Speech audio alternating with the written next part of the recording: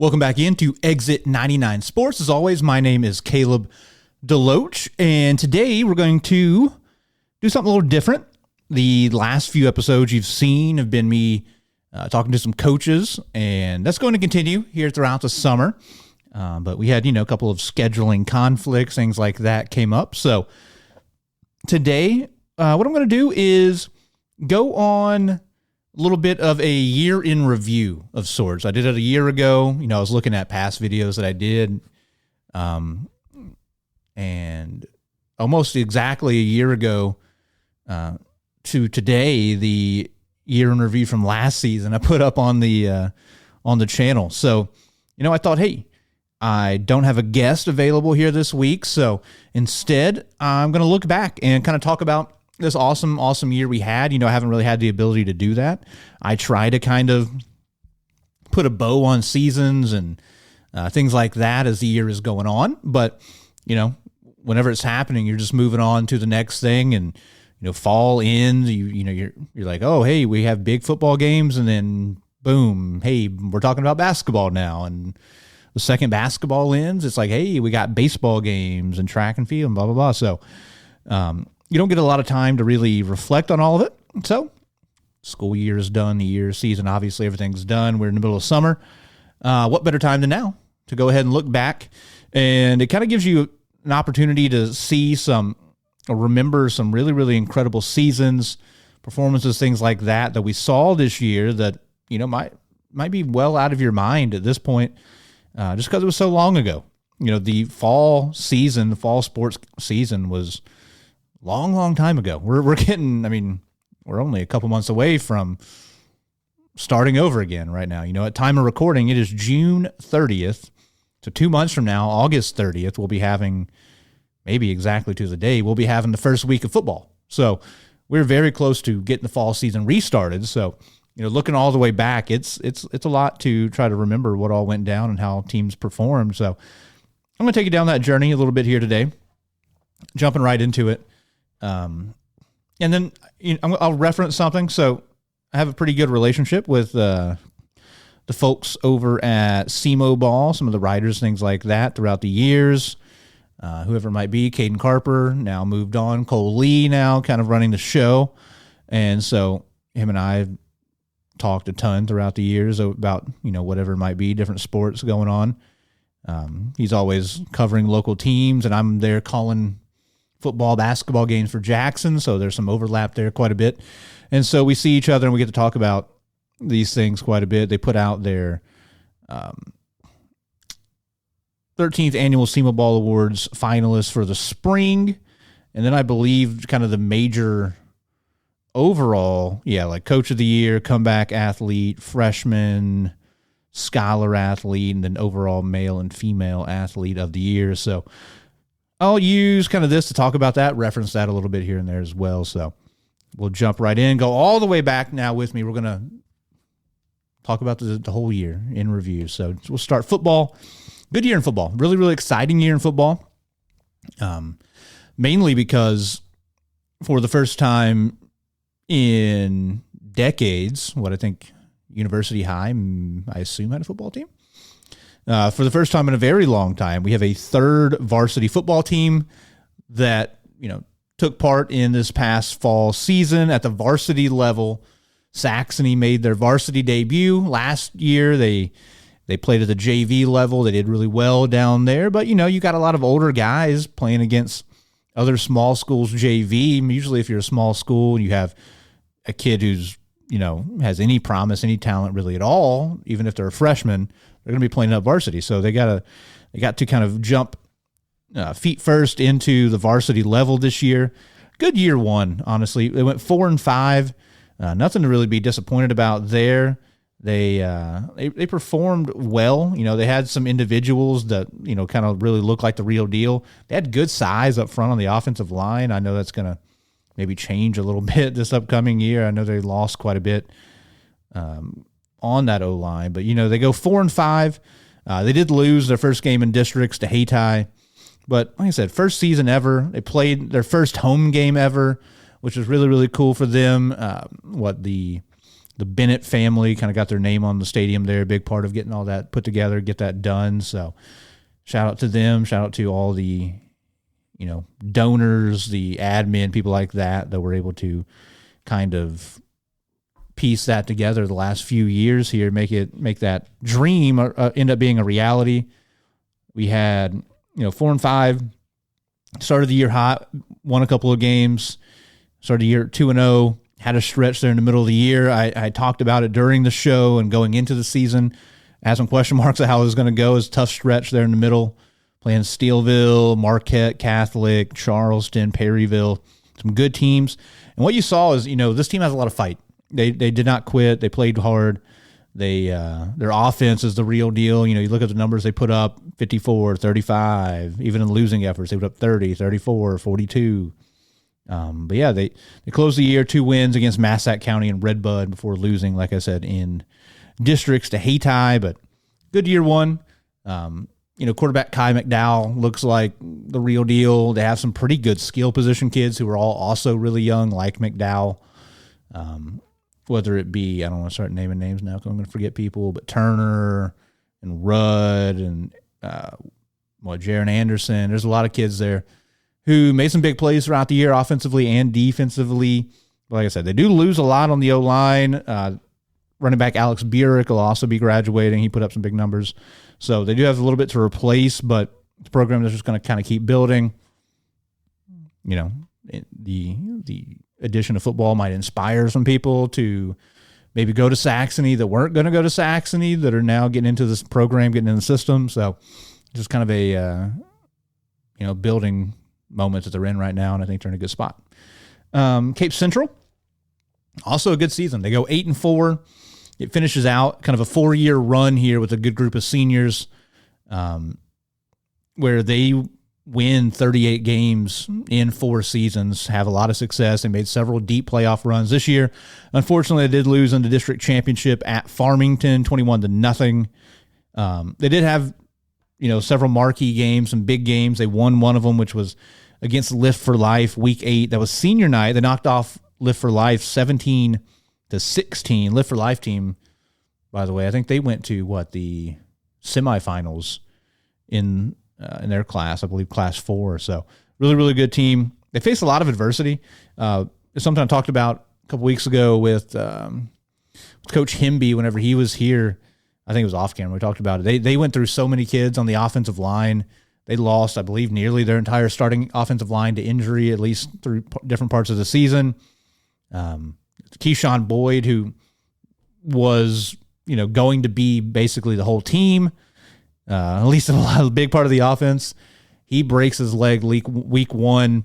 You've got to completely go back to the drawing board, find, new guys to step up into these spots. And they did. Torrance Murray had an awesome year. Aiden McGuire, first year there at quarterback. They had guys, Brayon Clemens, Martavian Robinson. They had playmakers everywhere. Aiden Dockery, guys step up offensively, defensively. Obviously you're going to lose a lot. I mentioned some of the names. Jathan Spain, big playmaker for him at tight end, also played on the other side of the ball some at defensive end. He'll be graduating. He'll be moving on to SEMO, where he's going to be played tight end there. You lose Connor Poole, who was kind of the bedrock of that offensive line at the center spot. Really good player for them. Torrance Murray, Keyshawn Boyd, who did come back at the back end of the year. They're both graduating. Like I said, you lose big-time playmakers on both sides of the ball, Brayon Clemens, Martavian Robinson. But I have a lot of optimism that, I know they've made a couple of staff changes. I do plan on having Coach Hemby back probably at the end of July to early August to talk about kind of the upcoming season, see where things are at for them and where they kind of see themselves projecting to. But a really good year, 8-4, another big nice winning season for the Tigers. And finally, the team who was head and shoulders better than everyone in Southeast Missouri this year, as they have been for quite some time, is the Jackson Indians. Phenomenal season, 12-1, to go undefeated all the way to the Class 6 semifinals, where they go on the road to Lee Summit, lose a 35-28 ball game. The worst weather conditions ever. It was so cold. The entire state was covered in snow. I know a lot of people had trouble getting up there to the game. It was it was unfortunate end to the season, but it was an awesome season for Jackson. Like I said, undefeated regular season. You played a lot of big games, especially early in the year. You knock off Cardinal Ritter. Week 1, 23-20, kind of set the tone. You're like, all right, this – because the year before, Jackson got murdered by Cardinal Ritter. It was like 41-7. So to make that big of a turnaround, you're like, all right, this is different. You beat a team out of Louisville who came here. You go on the road to Edwardsville for the third straight season. You get the win over them, 33-28, though it wasn't pretty. You do complete that victory.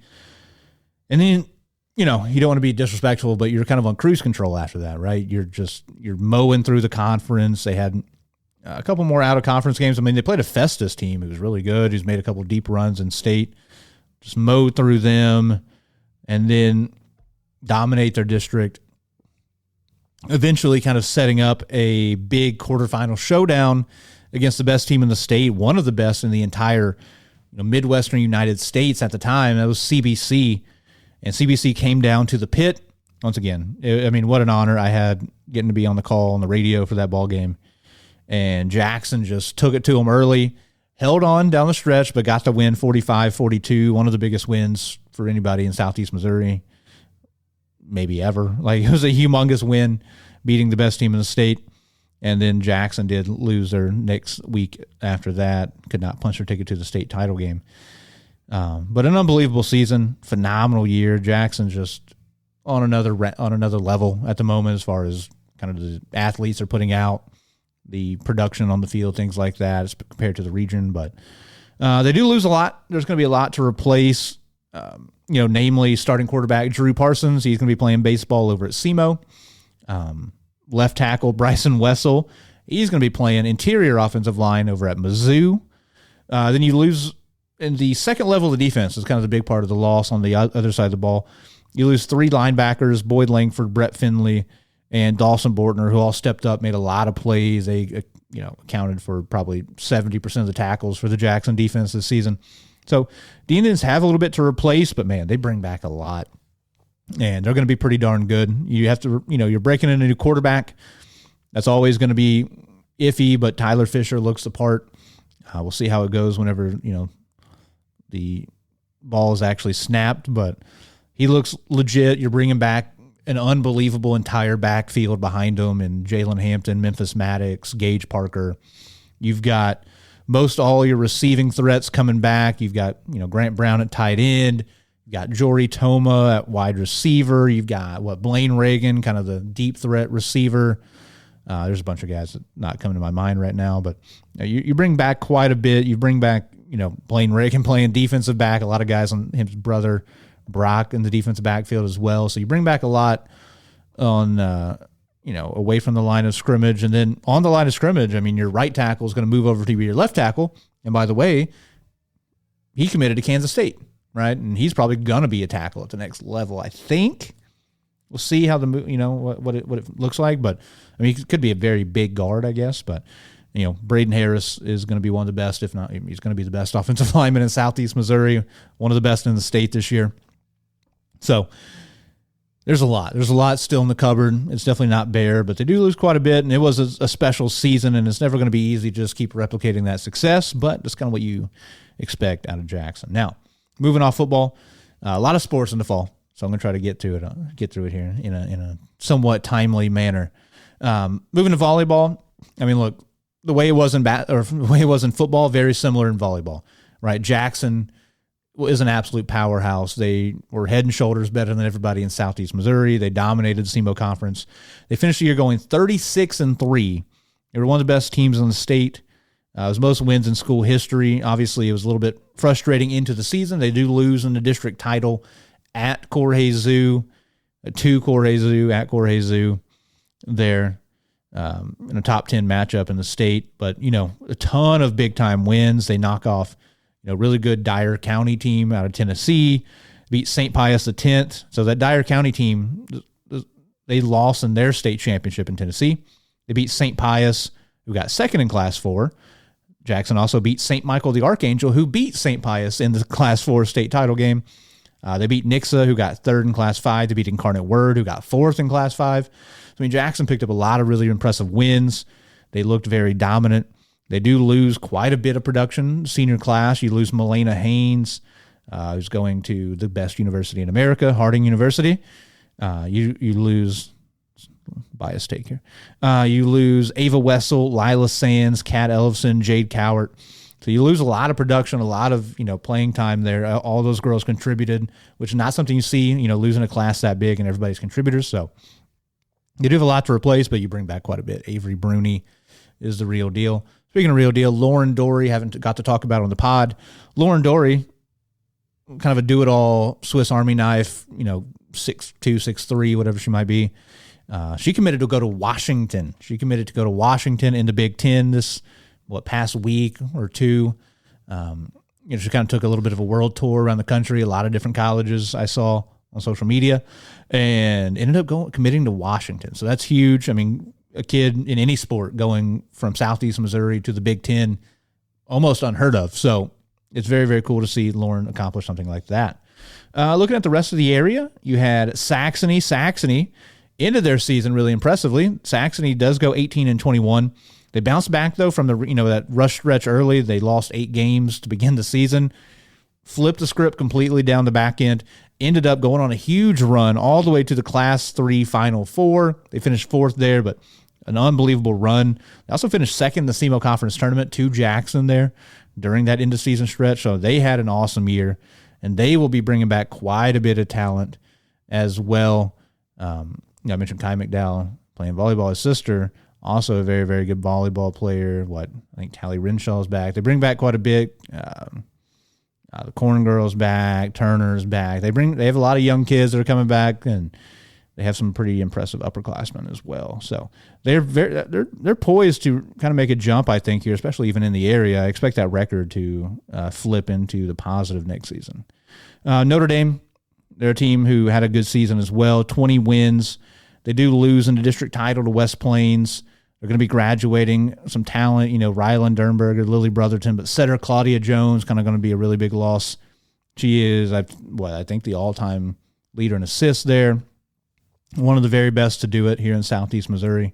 One of the best in the state to do it. And then Cape Central. Cape Central won 21 games, back-to-back 20-win seasons for them for the first time in forever. I don't know. Very long time. Shout out to Coach Summer. What she's doing there is very, very impressive.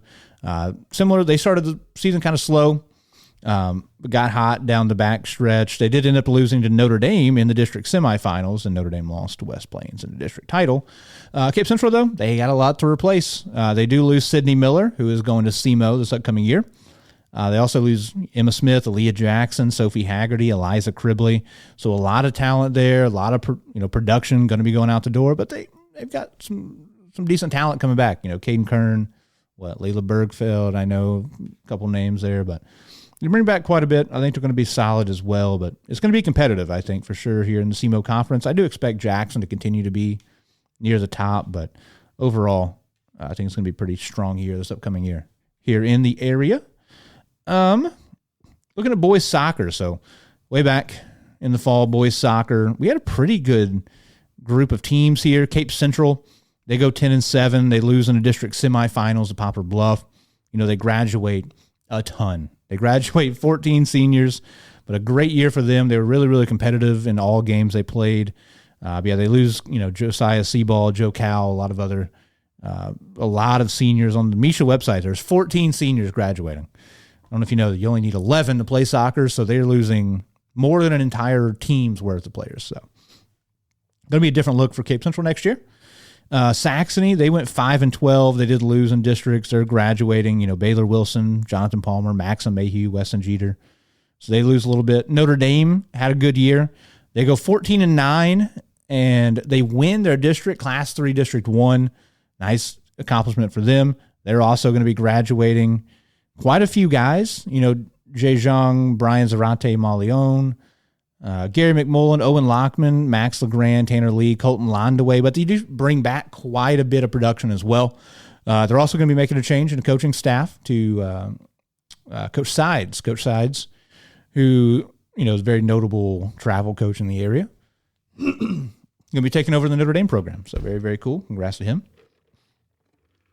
And finally, Jackson. They won the SEMO conference. They did go undefeated in conference in the regular season this year. Undefeated against all local competition. They did lose in the district semis, 1-0 to Vianney, but they finished the year 15-6. Another good year for them. Dylan Strothman, Luke Simmons, Mason Jackson, Preston Hinkabine, Ian Squires, Caden Garrett, all going out the door. So Jackson's taking a big hit in graduation. That's a lot of goals, a lot of assists.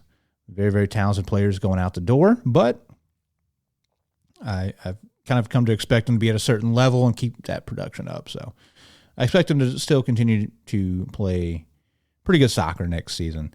Softball, we had, I guess would not even be, you could say, as successful as soccer. Nobody got out of districts.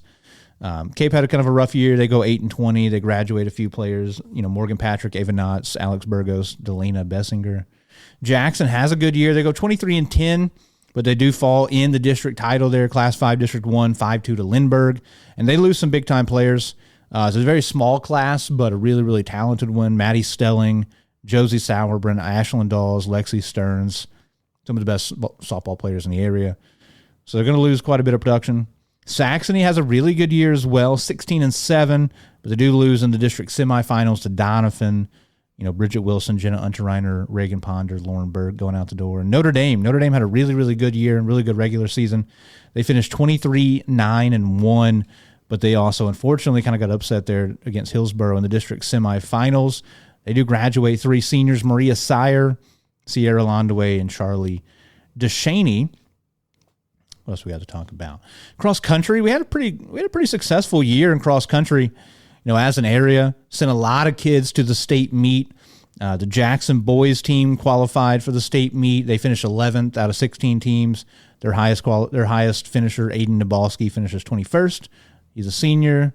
His twin sister, Emma, she finished 39th on the girls' side. Now, on the boys, for Notre Dame, on the boys' side, they had, boys and girls, they had the high finisher in the area.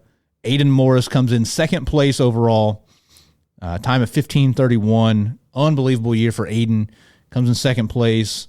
But on the girls' side, they finished first as a team in Class 3, thanks in large part to a couple girls. Martina Ressel comes in second place, and Lily Coy, the senior, who I believe is going to Army, West Point, this next year.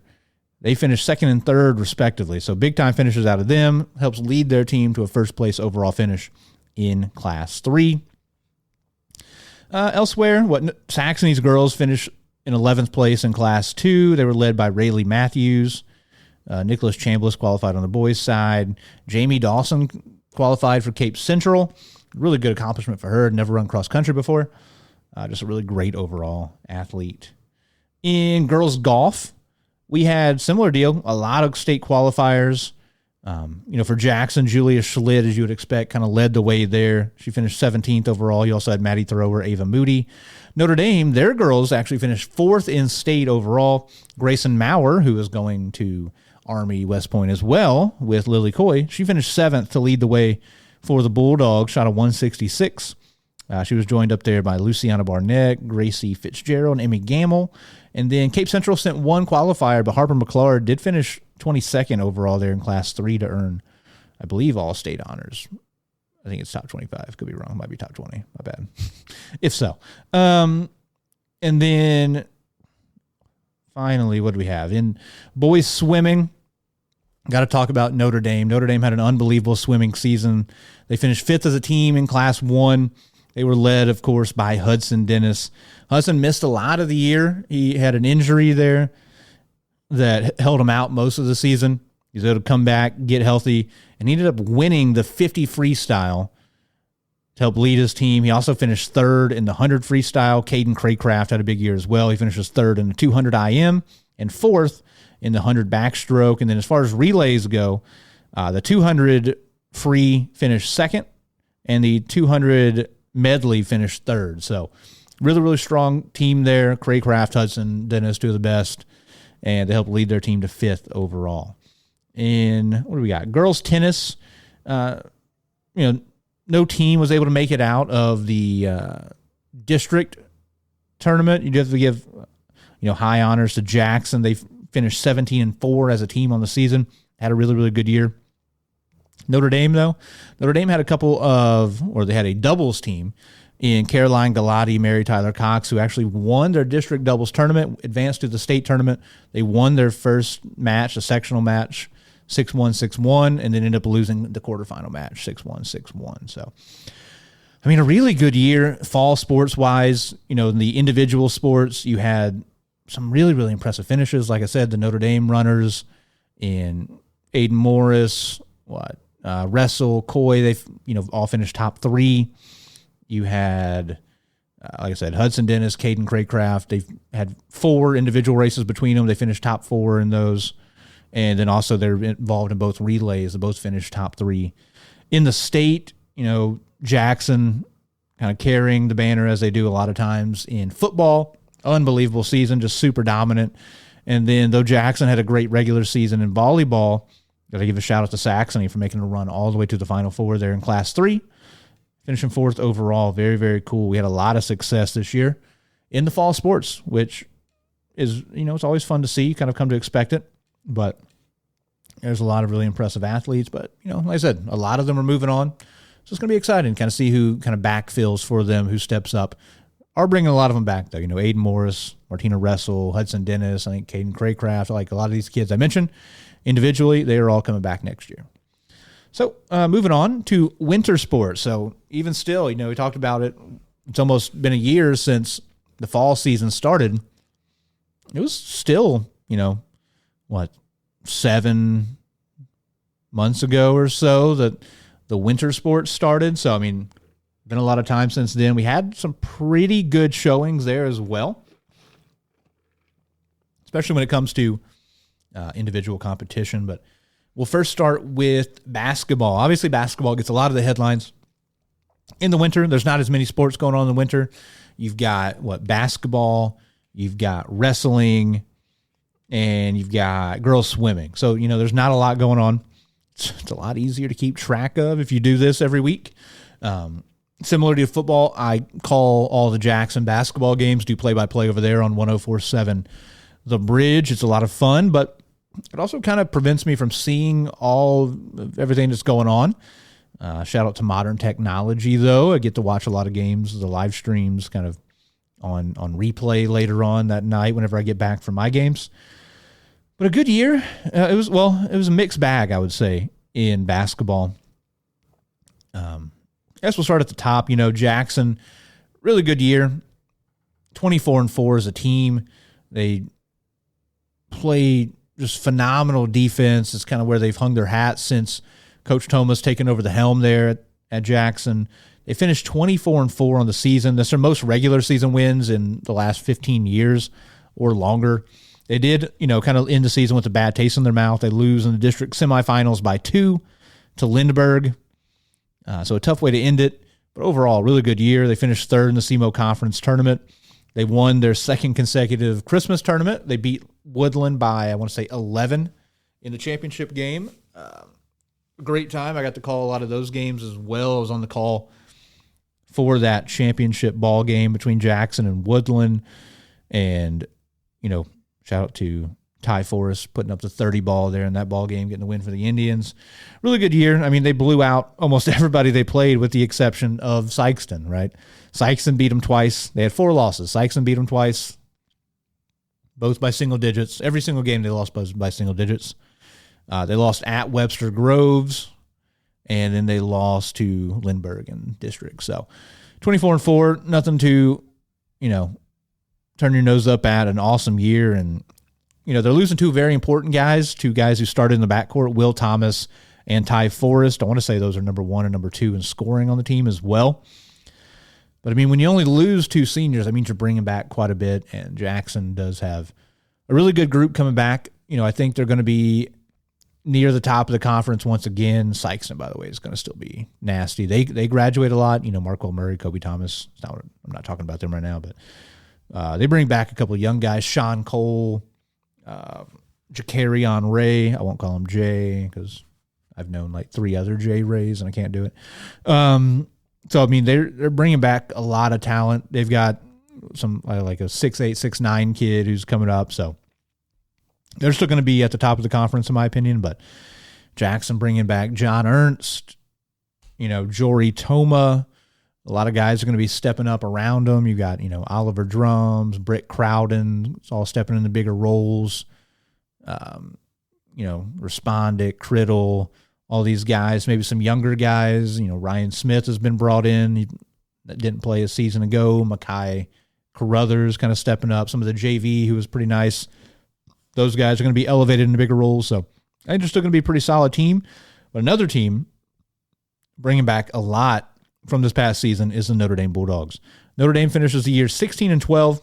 Nice improvement. They had struggled the last few years, hovering around or below 500.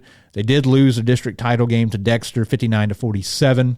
But the biggest thing is this young group they have took a big step forward. Cole Adams emerged as, not just the leader of that group, but one of the best players in the SEMO conference. Night in and night out, he was a 20-point per game threat. And a lot of pieces around him stepped up as well. Braden Robert looked really good. They got a lot of guys in that sophomore, going to be junior class who are super talented, and maybe a couple kids younger than them even are going to be stepping up more next year. They graduate a couple seniors as well. Colton Londaway at point guard, Gabe Jones inside.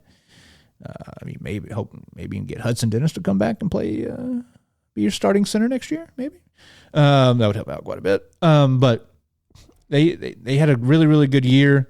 They got third place in the SEMO conference, or not the SEMO. They got third place in the Christmas tournament. They beat Scott City. Nice win.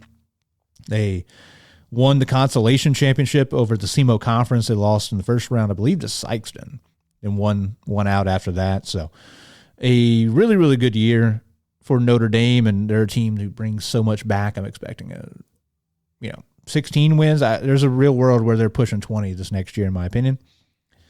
There's a couple teams that struggled a little bit. Saxony goes 6-21.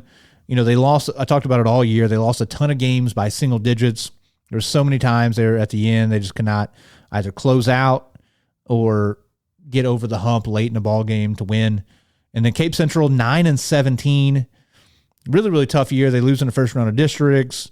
Tyshandre Edwards gets hurt against New Madrid in the first round of the SEMO conference tournament. So 4 games in. At that point, Edwards was averaging 30 points a game. So, he was that true superstar you expected, 6'7", strong, score from all 3 levels. He, got all the attention. He kind of facilitated the entire offense. And when he went out, there just wasn't that catalyst there. It really was a perfectly designed roster for him.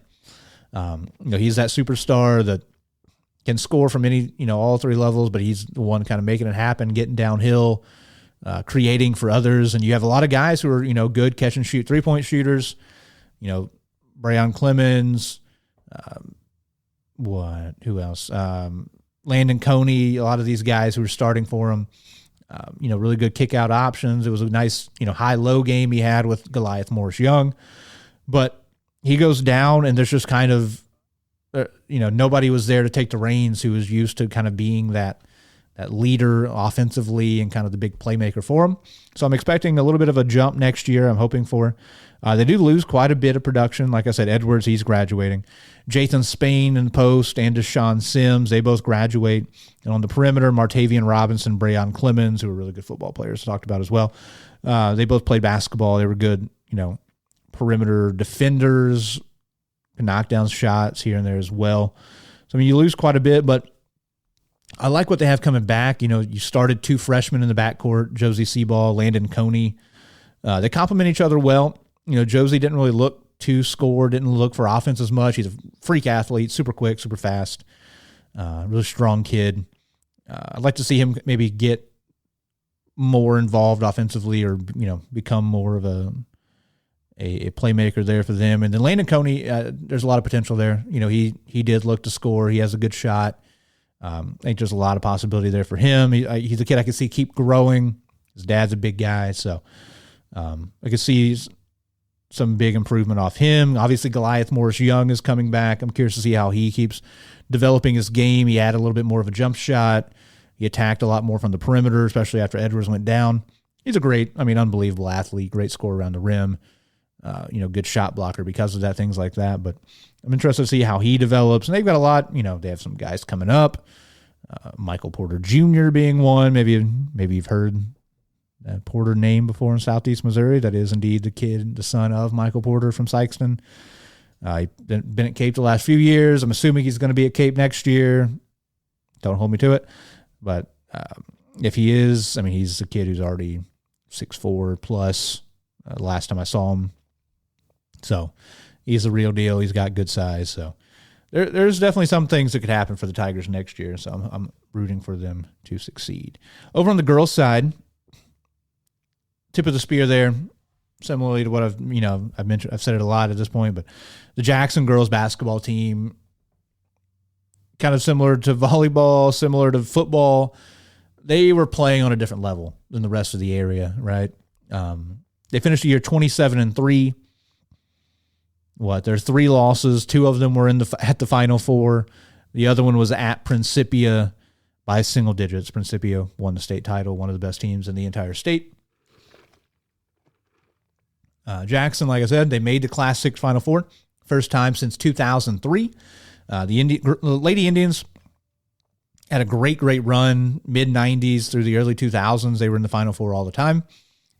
Big lull since then. Jackson, they've won 1 million district championships, but they always get knocked out either, somewhere in between there. You got to face off against, big private school, whatever it might be. And they haven't been able to get over the hump. This year's team did. They beat Corhezu in the district title at Corhezu again, like volleyball, but this time they got the win. They beat Marquette in the quarterfinals. What a scene, man. It was like all Jackson fans up there. It was at Fox. I was up there at that game. Very, very cool to watch. And like I said, they were just, they blew away local competition. The closest game they played, obviously, it was against St. Vincent, 40-38. They won that in the girls' Christmas tournament at the Show Me Center. They, beat MICDS and Francis Howell to win the Lindbergh Invitational. They played Donovan, who lost in their state title, Class 4 state title game. They beat them by 20, held them to 37 points at Jackson. They had a 100-point game this year. They were just utterly dominant, and they graduate 2 kids, right? Lily Watkins, Jayla Smith, both starters, both really, really important to the team. Lily Watkins, one of the best individual defenders in the state. She hounded people. She guarded everybody's best player, made their life miserable. Jayla Smith, really, good defender, very aggressive, got downhill. But you graduate 2 kids, you bring back so much production. And almost all that production was freshmen and sophomores that's coming back. You've got, I think, one, their primary, let's say 10-girl rotation. I think 7 of them were freshmen and sophomores this past year. So, you've got some real deal talent coming back. Lauren Dory, who I mentioned is going to be a D1 volleyball player. She'll be back at center. Got Kate Deck, who's picked up a bunch of, D1 offers recently. Shout out to her. I saw she visited SEMO the other day. Very cool. Addison Henderson is very just unbelievable, do-it-all, Swiss Army knife, lefty.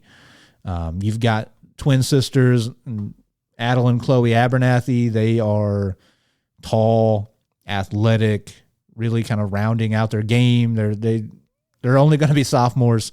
They're the real deal. Well, you bring back Rachel Berger was the only real other player in the rotation that was a junior. She's going to be a senior this year. Just a great athlete, can shoot it a little bit.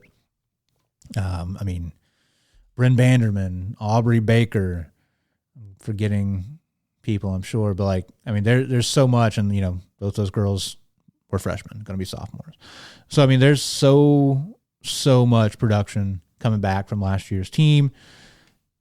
The Final Four is kind of an expectation at this point. It's not going to be easy. Obviously, you've got to go through Corhezus of the world. Marquette has a girl named Marianne Kenyon, who's, she's a D1 player as well. So it's not going to be easy, but they've kind of catapulted themselves into a different stratosphere right now, in my opinion. Elsewhere, he had a couple good years, positive years, in my opinion. Cape Central finishes 12-12. Good year. I guess this is year 2 for Coach Summer over there. built on last season's kind of jump up from the previous year. They ended up being consolation champs in the SEMO Conference. They lost in their district semifinals by single digits to the number 1 seed Hillsboro. Really tough game. I thought they were going to end up pulling ahead, but they do drop that one, unfortunately. They beat Notre Dame, unfortunately at the expense of Notre Dame here. They beat Notre Dame for the first time in 20-plus years. I have no idea the last time they beat Notre Dame because, Misha records go back to the late 2000s, and around that time, Notre Dame was the real deal. So I don't know when I think there was something written about the last time it was, but they beat them for the first time in forever. And they graduate one girl. Abigail Davenport's graduating. She was a really good player. She could really shoot it from the outside. She provided good size on the wing, kind of in the forward position. But they bring a lot back. That's what that means, right? That's the other side of the coin. When you graduate one girl, it means you bring a lot back, right? Jamie Dawson's back. Caden Kern, only a freshman, she's back. Nidra Ivy, Allie Cairns, Jessica Hickman looked good this summer. I saw some clips of her playing. They have some talent. I'm curious to see what kind of comes up from lower levels or out of the freshman class, but they've got a lot of talent still coming back, and I think they could push that record up above 500 this year. So excited for that, rooting for that. And Saxony taking another team with a big jump. The Crusaders went 10-14, which is like, oh, they're below 500, blah blah blah. But that was a 3-win team 2 seasons ago now, right? So they jumped from 3 wins to 10 wins this year. You lose one senior, but you bring back pretty much 100% of your scoring, right? You've got Kinsey Keys, who leads them in scoring in every other statistical category: rebounds, steals, assists, blocks, probably. Allie Nicholm, who had some big games, I think in the playoffs. I think she made like 8 threes or something like that in the games. She's a big time player. Jalen Whitfield is a girl who moved from Jackson to Saxony this past year. She's a really talented kid. I think she's going to keep progressing. I hope she keeps progressing, keeps kind of filling out that perimeter for them. And, they have a chance to be pretty solid. Emily Mueller's back. They bring back a ton. They lose one senior. I think they only have, I'm not looking at it, I think they only have like one junior on the roster. So there's a ton of talent still coming up. So I think they have a chance to also be looking at a 500 or better record. And finally, Notre Dame. Notre Dame had a tough year, 6-20. They do graduate. Some, good production out of the senior class: Lola Wunderlich, Mia Panton, Kayla Nibalski. But they do bring a lot back. They're another team, small senior class. You look at the roster on Misha, it's like 20 freshmen, some sophomores, and like a 3 juniors. They bring back some good juniors. I think like Ava Miller, Eloise Marquez. There's going to be some talent there coming back in the senior class, but it's going to be a lot of, how can these freshmen progress and how much better can they get? In non-basketball news, really, really good year in swimming on the girls' side, and that's led, of course, by Carson McAllister, Cape Central. Just another dominant year from her. She is a beast, and she got first place in 2 different events at the state meet. One of them was the 50 free.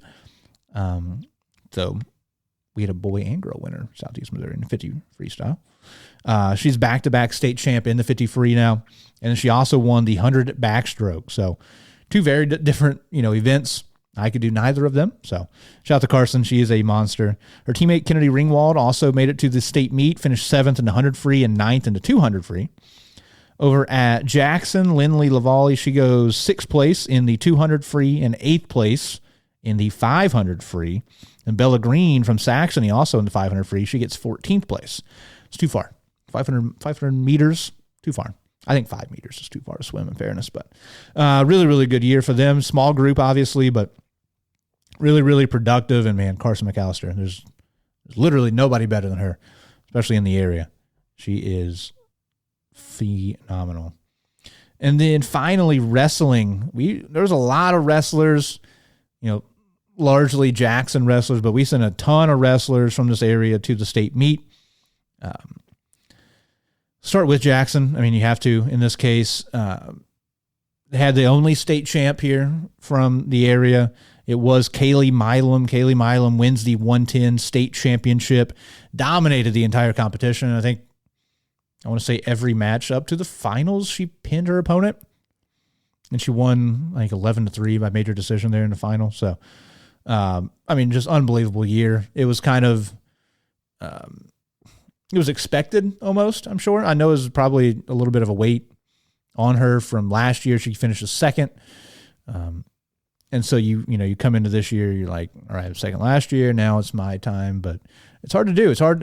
Progress isn't always linear, but she really kicked that and dominated the season, dominated the area. She won every match at the SEMO conference, I think, in like a minute combined. So, she was wrestling on a different level. And so shout out to Kaylee. So she's going to be wrestling at the next level as well. So shout out to her, I think, going to Wharton College. So very, very cool to see. And also for Jackson, the next highest place finisher we had in the area, Bryson Wessel. Bryson, who we talked about, left tackle for the Indians football team. He's also going to be, he's going, to Mizzou to play offensive line. Also a very, very good wrestler. Probably not a surprise. He makes it all the way to the state finals there in the heavyweight division. Finishes second in the ultimate tiebreaker, which is something I learned about this year, which is, I want to say it's basically quadruple overtime was what I learned. If I'm wrong, I apologize. Not a wrestling guy by trade. But he lost 1-0 to Kyler Kuhn. It was another guy you're going to be seeing play college football in a couple years. I think he's from Kansas City, St. Pius out of Kansas City. He's like a 4-star offensive lineman as well. So big-time matchup, two big-time athletes there. Bryson comes up literally as close as you can get, just short in the state finals there, gets second place. Also for the Indians, you got Grady Rice, came in 5th place. I'm going to just read all the other state qualifiers they had. Mixed results, obviously, for everybody else, but you got Charlie Eifert, Jordan Sostillo, Joe Amore, Raleigh Evans, Gannon Rice, Jaden Eddy, Cade King, Mitchell Baker on the boys' side, and also Macy Novak and Lily Morningstar on the girls' side. And most notably for the Indians, Coach Steve Wachter is retiring. Coach Wachter, I feel like I talked about it during the season, during the year, earlier podcast, all-time guy, great person. I had him as a weightlifting coach. He was very, important to me in my life in like this weird, like short time period where, he imparted a lot of wisdom, gave me a lot of confidence to kind of accomplish things in life. And I really, really appreciate him. One of just the best people you can have. And he's coached for, Jackson for a very, very long time. So shout out to him. Best of luck in retirement. I still see him out and about, serving the community, things like that. So, all-time great person. Elsewhere, Cape Central, they had the 3rd highest finisher in the state. That was Connor Poole, who I mentioned, stud offensive lineman for the Tigers. Also performed very, very well in wrestling. He gets 3rd place at 190 pounds. Very, very big time accomplishment for him, man. Shout out to Connor. Great year. 3-sport athlete, kind of does it all. The Tigers also sent Caden Lamb, who wrestled well, Dane Armstrong, and Madison Smoot over on the girls' side. And then finally, Parker Lemons of Notre Dame, the lone qualifier there for the Bulldogs. He went 1-2 at state for Notre Dame. So shout out to all those who qualified for state. Once again, we had individually those first couple seasons, winter and fall, really, really good showings, man. Swimming, a couple state champions. Notre Dame girls won as a team in cross country. You had a couple second place, third place qualifier or finisher there at state. You had Kaylee Milam, state champion. Bryson Wessel comes in second. Connor Poole comes in third. So really, really strong start to the year. It carried over to spring, especially when it comes to individual sports. Yeah, we'll go ahead. Just continuing to talk about it. Track and field. We had 5 state champs here in Cape Jackson area. You had JoJo Iwuchukwu from Notre Dame. She finished first in the triple jump. For Cape Central, Taraji Riley came in first in the 100 meters. Kent Sheridan came in first in pole vault. From Jackson, Barrett Reagan came in first in the 100 meters. And then the Jackson 4x1 team also won the state title in that event. 5 state champs from this county is crazy. That is unbelievable. unheard of. And then, that's not talking about everybody else who performed in a very, very big way. Notre Dame girls as a team came in second place. So continuing their dominance from cross country, they get first in cross country, second in track and field, just behind a very, very, very good New Madrid team. The Notre Dame girls, it was just insane. 200 meters, Jessie Iwuchukwu was there. She got 8th place. Annabelle Naughton qualified in the 800. Lily Coy, who I mentioned earlier in cross country, she gets 5th place in the 1600, 3rd place in the 3200. Maria Sire scores, gets 7th place in the 100 hurdles. 3 of their relay races scored, 4x1, 4x2, 4x8. Jojo Iwuchukwu, who got 1st in the triple jump, also got 6th in the long jump. Vita Clara Galati got 7th in the long jump. Behind Iwuchukwu in the triple was Grayson Maurer, got 3rd, who was also, 7th place in state and golf.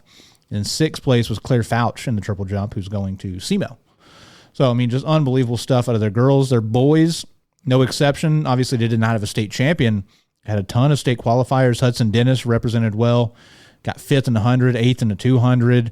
Aiden Morris, who got 2nd in cross country in state. He came in 3rd in the 3200 in a big PR and ran a season's best to finish 8th in the 16. You had Trenton Powell qualifying in the 110 hurdles, 300 hurdles. They're 4x1, 4x2, 4x8, all qualified. Ellis Bruni, who's going to be pole vaulting at SEMO, he got 3rd place in the pole vault. So, they put out a ton of athletes there. Saxony had several kids go. Maxim Mayhew got 4th place in the 400 in Class 2. Deshaun Davis was there in the 110 hurdles. Alan Rudd was there in the long jump. On the girls' side, you had, Cadence Turner, long jump and 100 meters. She scored in the 100-meter hurdles. You had Rena Matthews, their 4x4 and 4x8 went to state. Casey Call was there in 3 different events, shot put, high jump, and pole vault. And then Sarah Seaball, she came in 5th place in pole vault. They tied, actually, for 5th place. Rayleigh Matthews comes in 7th in the long jump. So, this was a very successful season there in the smaller schools. And like I said, you had a couple of state champs each between Cape and Jackson. Their boys, like I mentioned, Kent got 1st in the pole vault. They had a ton of guys qualify. We talked about it a couple weeks ago with Coach Hemby, but, Elijah Cheek in the 400, Demarion Williams in the 110 hurdles. Their 4x4 team got 2nd. Isaiah Husky, who's going to SEMO to throw, he got 3rd in the shot, 9th in the disc. Jamie Adams was there in the shot. The high jump and long jump, Jaden Johnson gets 6th and 5th, respectively. So, big-time stuff on the boys' side. The girls, their 100 or 4x1 and 4x2 teams go to state. Taraji Riley, I mentioned, 1 to 100. Danica Marriott was there in the 8. Layla Bergfeld, she gets 6th in the discus, 13th in the javelin. Caden Kearns there in the high jump. Taraji Riley, also 4th place in the long jump. And then Jackson boys, I mentioned Barrett, 1 to 100. Well, his younger brother Blaine got 3rd in the 100. Barrett himself came in 2nd in a school record PR time that was ahead of the previous state record. He got 2nd in the 200. Blaine got 3rd in the 400. The 4x1 came in 1st. 4x8 was there. Gavin Shin got 8th in the shot. Bryson Wessel got 3rd in the discus. Bryson Wessel, what a career, I just talked about. He got 2nd in state in wrestling. He got 3rd in state in discus. He's an all-state left tackle. He's going to Mizzou, to play football, play interior offensive line there. What a career. Ryan Larry, a kid who's just a great athlete, got 6th in the high jump, 7th in the long jump. On the girls' side, Kat Ellison, shout out to her. I mentioned her in volleyball, really good player for the Indians. She also goes to state in the shot put, discus, and javelin, which her high finish was a javelin. She got 3rd there. And she's going to Louisville to throw javelin. Another girl, another multi-sporter I mentioned, Lily Morningstar, went to state in wrestling. She finishes 7th in the pole vault. And due to, her end-of-year kind of climb up to the state meet, she's now going to SEMO to pole vault there. So very cool. Amelia Fox is there in pole vault. She gets 8th. And then Brooklyn Williams did it all for the Indians. She got 5th place in the long jump. So what a year in track and field. It's, a personal favorite at times when it comes to sports. But you know what kind of makes it a personal favorite is the fact that we have so many kids in this area that are so dang good at it. So it makes it kind of fun to keep up with, right? It's a lot easier to root for something whenever every week I just get to go see unbelievable performance after unbelievable performance. Now, moving over to baseball, which is a sport that kind of gets the most attention during the spring, rightfully so. It is, one of the big four sports here in the United States and all that. And leading the way in the area, as they do with most sports, Jackson, their baseball team goes 25-9. Unbelievable season. They were one of the best teams in the state all year. They went undefeated in the St. Charles West tournament. They go 2-2 against, 4 state-ranked teams up in Columbia. They won the SEMO Conference tournament. They did end up losing in the district semifinals to Lindbergh up there in St. Louis. But like I said, unbelievable year. Super talented team. They dominated Southeast Missouri this year. And they're losing a lot. There's a lot of guys going on to the next level, wherever it might be, just graduating. You lose Drew Parsons, he's going to SEMO. Adler Flynn, we're not doing this where I'm going to try to name wherever. Wren Lake. Matt Carter is going to St. Charles Community College. Carter Shipman's going to Crowder. So, and those are 4 big-time players, but you've also got you got Ryan Turlington as the closer. Will Thomas is graduating. Noah Moore is playing at the next level. He's a second baseman. Colton Cook is as well. Nolan Bartles. Connor Belt. So you lose a lot of seniors. There's still, there's still some talent there for sure. They're going to have to replace quite a bit, but you do bring back Dawson Eftink, who might be probably the best player in Southeast Missouri, one of the best in the state, all-stater this year. So the cupboard is not bare, but, there's going to be some real production they've got to make up for. Then you got to talk about Notre Dame. Notre Dame advanced the furthest of any team in the area in state. They finished the year 20-15. They won the Class 4 District 1 championship this year. First time since 2018, which blew my mind. I think that was something I talked about going into the year, was like, this is something that's got to change, man. This team has had too much tradition, too much talent. They've got to be able to get over this hump. They did. Thanks in large part, new coaching staff there. They hired Tom Bolin, who would, Bolin family, synonymous with baseball here. Son of Jess Bolin. So Tom Bolin comes in as the head coach. He brings in Christian Cavanis, who played at Cape Central, played at the next level. Caden Kendall, who played at Jackson, played at the next level as well. All those 3 guys, joined the coaching staff and really turn things around, kind of turn around the expectations, things like that for the Bulldogs. And, they were led by a great senior class, that they did win the district, Class 4 District 1. They had the crazy ordeal where, the bus goes off the road on their way up to play North County in sectionals.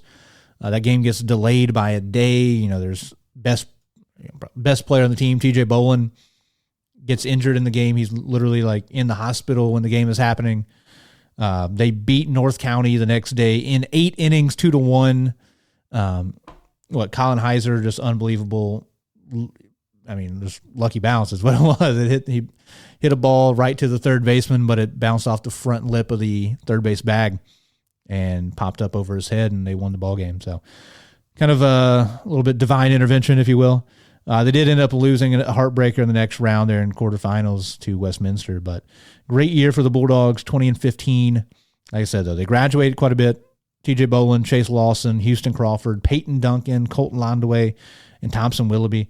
So, you're losing a lot. You're losing a lot of talent there. Bolin, Crawford were big-time pitchers for them. Chase Lawson, just an on-base machine at the top of the lineup there. Colton Londaway also, gets on base, took a lot of bases. Peyton Duncan had a very productive season. So you lose quite a bit. But once again, I think this is a team with a lot of talent still on the roster. You had several young guys, freshmen even, that assumed big roles. And so you assume they're going to continue on and keep progressing this next year. Where do we want to go next? Let's talk about Cape Central. Tigers also underwent a coaching change. Kind of the got to go back to go forward kind of joke there. Steve Williams takes over, back over. the job there at Cape Central. Him and Tally Haynes joins them, a former Cape Central player, state champion, really successful coach down south in Mobile, Alabama, and have a good season. They go 19-15. They lose in the district semifinals, a heartbreaker, 5-4 to Festus. It's a really depressing game. They dominated. They won their Woodback Classic. They got third in the SEMO Conference tournament. Really, really fun year for the Tigers. And, they had an awesome group of kids who had been together for a very, very long time playing baseball together. Unfortunately, those kids are now moving on, right? Yeah, Chapman Ogles, All-Stater, Jathan Spain, All-Stater, Caden Chenoweth, Hayden Bowers, Zaid Hickey, Christian McNew, and then Connor and Colton Poole. These kids made up a big portion of the lineup. Chapman Ogles was the ace. He's, the best pitcher probably in Southeast Missouri, one of the best in the state. Jathan Spain, big power bat, third baseman over there for them. Caden Chenoweth, very good season pitching. Hayden Bowers, Zaid Hickey, same thing. Christian McNew, leader behind the plate at catcher. Also, very clutch hitter for him as well. I mean, that's a lot going out the door. There's some talent there. I like a few guys. Alex Owasco was back. He had a good year. But they're going to have to replace a whole lot. I'm curious to see how they do it. But good group there in charge. Coach Williams, Coach Haynes. So, obviously, smart guy, and as his daughter went to Harding. So best of luck to them this year. They got a lot to make up for. Saxony's final team to talk about here, 17-5. They did lose in the district championship game. They lost 2-0 to Scott City.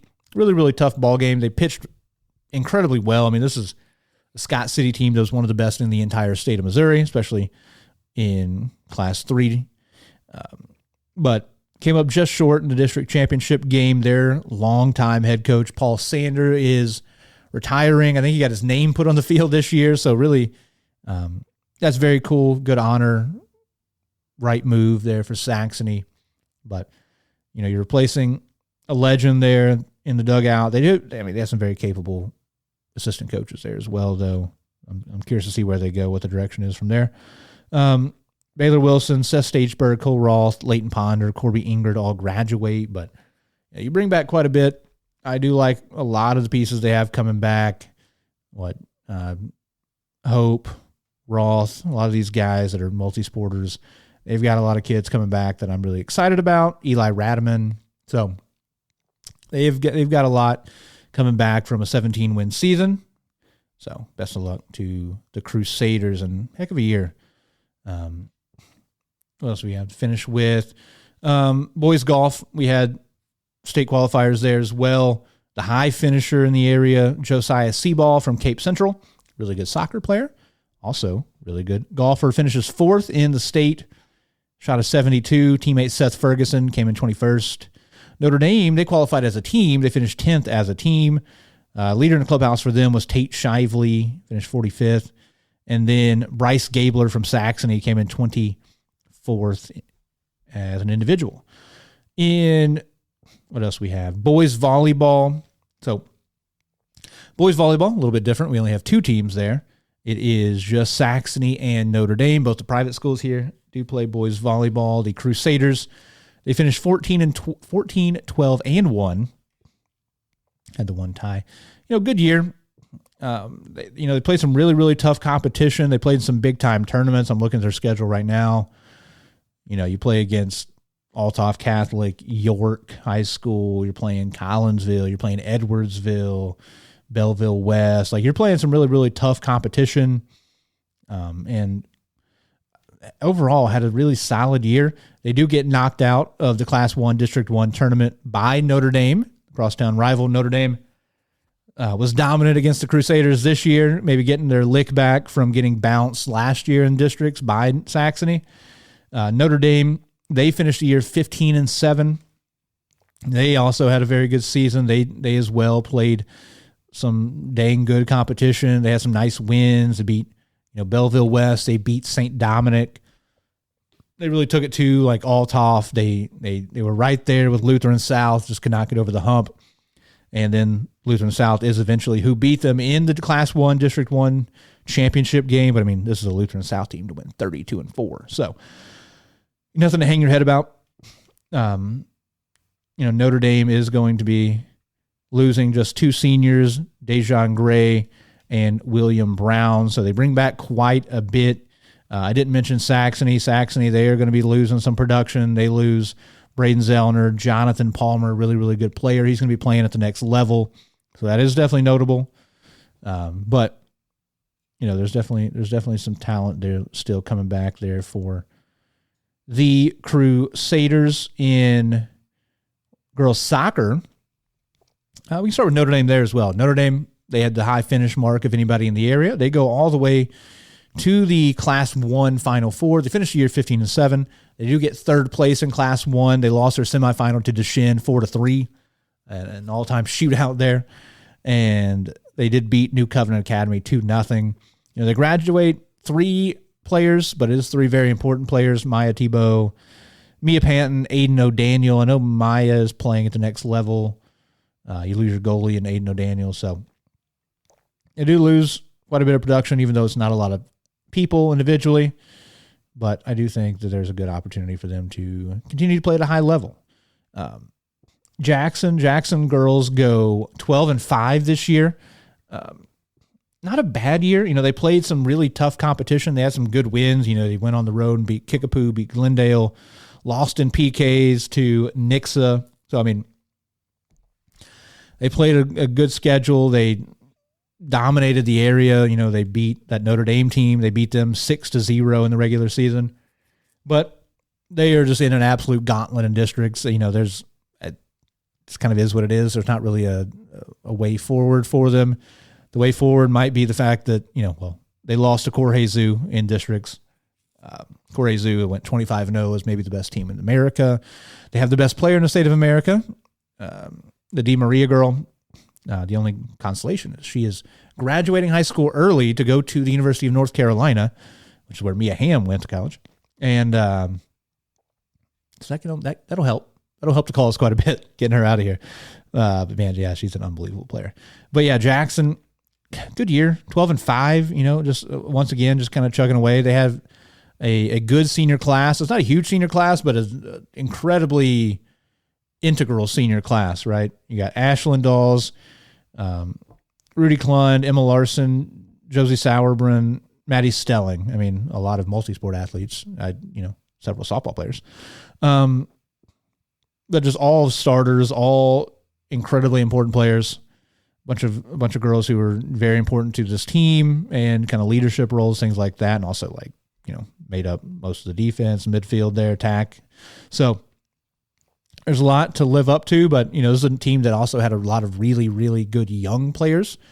A lot of players I mentioned earlier: Bryn Banderman, Chloe and Adeline Abernathy, all really good basketball players, also really good soccer players. Adeline Abernathy, I think, led the team. She led the team in goals, maybe assist, or was top 3 in assist.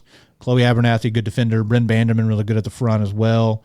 Tinsley Murley, a freshman, had a good season. Addison Crooks, only a sophomore, had a good season. Reagan Gwynn, a sophomore, was a starter. Rachel Berger is going to be back. Mason Daniel, Maggie Grunlow, all going to be seniors this next year. So there's a lot coming back. The Indians are once again going to be probably at the top of the area, top of the SEMO conference, if I had to guess. Cape Central, a little bit of tough season this year. They lost a lot of close games. They finished with 2 wins. Did beat Carbondale, and Alton, Illinois. But overall, just kind of a tough year for them. But they competed. They never laid down. They kept playing close games throughout the year. Just struggled to kind of get over the hump and get W's. And then Saxony is ended up going 5-8. Solid year. They beat kind of some of the teams they should beat. They're another one that lost some close ball games, but overall a pretty solid year for Saxony. And similarly, they only have 2 seniors, Sophie DeBrouwer, Tegan Barnett. They bring back a lot next year. So might see a little bit of improvement there for the Lady Crusaders. Wouldn't surprise me to see them maybe take a little bit of a jump. Take a little bit of a jump this next year. And then finally, I think we just have boys tennis. So as far as boys tennis goes, team-wise, we didn't have anybody get out of districts. Jackson did lose to SLU in Class 3. District 1, Notre Dame lost to Cape in the semifinals of Class 2 District 1. And Cape ended up losing to Poplar Bluff in the district championship game, unfortunately. But really cool was that we had, Notre Dame had some individuals and teams go. We had, Owen Blattle won the singles tournament there in Class 2, District 1. He won it over his teammate, Michael Bogdanovich. So both of them advanced to state. And then in doubles, Bruce and William Miller went to state there. They got second place. They lost to a duo out of Poplar Bluff. So, we sent a couple guys there to the state tournament. And Owen Blattle ended up on the podium. So individually, he ended up on the podium. He got, I believe, 7th place overall, which is the first time Notre Dame's ever had somebody do that. So very, very cool deal for him. I know he is going to play college tennis. So congrats to him going on to the next level. That is very, very cool to see. And I believe, the Millers did lose in their first round matchup, and Michael Bogdanovich, he did lose in 3 sets. Unfortunately, it was a nail biter, 7-5, 6-7, 10-8. I mentioned Owen Blattle. He won in straight sets, ended up losing in the next round, but kind of came back from the loser side of the bracket and got 7th place. So very, very cool accomplishment for him and for the school. Like I said, a new accomplishment, a big-time finish for him. And then finally, I'm going to take a look at kind of the big awards here, SEMO Ball Awards-wise. That is coming up. Let's see if it's in the article. Losing it, not reading it, not finding it. July 17th. So if you're so led, go check that out. You've got, let's see, what are the big awards here? SEMO Coach of the Year. Nobody from in here. Some different teams. Coach of St. Vincent, Bluff, Woodland, Sykeston, Madrid. Comeback Athlete of the Year, you got Josie Sauerburn from Jackson, came back from injury. Obviously going to be biasly rooting for that. Female Freshman Athlete of the Year, JoJo Iwuchukwu, who I mentioned, won a state championship in triple jump. She is up for the nomination. On the boys' side, nobody here from Cape Jackson area.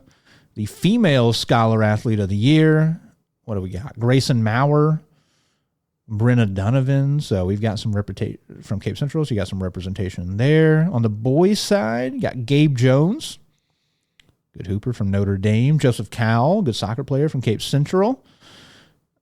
And then overall Female Athlete of the Year, what do we got? Carly-Ann Kasu from Chaffee, Lynn Cottrell from Poplar Bluff, Kaylin Deckard, Oak Ridge, Elise Edwards, Kennett, and Kate Rubel, St. Vincent. Ooh.